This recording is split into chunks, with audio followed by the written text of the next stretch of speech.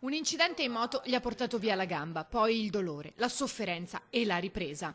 Moreno Pesce, originario di Noale ma bellunese d'adozione, ha deciso di riprendere in mano la sua vita e da quell'agosto del 1997 le sue imprese titaniche hanno fatto il giro del mondo. Mi ha dato la possibilità di farmi delle domande interne per cercare di trovare le mie risposte e le sto trovando attraverso lo sport. Alpi e Dolomiti sono sue, con una sola gamba. L'ultima freschissima esperienza è la Marmolada. I momenti difficili però non sono certo mancati, ma grazie a una grande forza di volontà, alla famiglia, agli amici e la compagna conosciuta qualche anno dopo l'incidente, Moreno è diventato un grande atleta. Assieme siamo ripartiti a fare queste gare di velocità in montagna, che è tutto un dire per me, che sono sempre ultimo e vado pianissimo.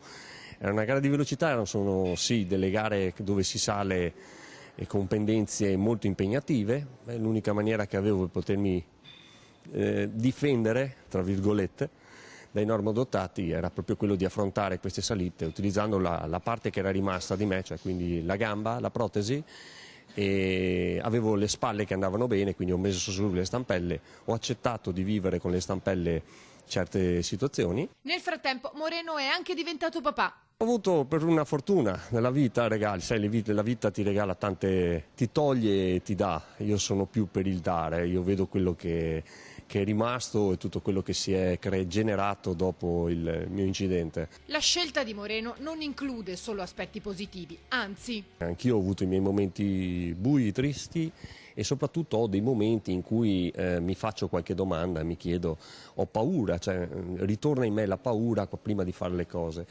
Non è assolutamente semplice quello che faccio e non voglio trasmettere alle persone che mi stanno vedendo o ad altri disabili la cosa come fosse una cosa fattibile in qualsiasi momento. Ci vuole molto allenamento, ci vuole tanta pazienza, ci vuole una buona dose di pazzia e soprattutto accettare con gran serenità l'impossibilità di fare una cosa.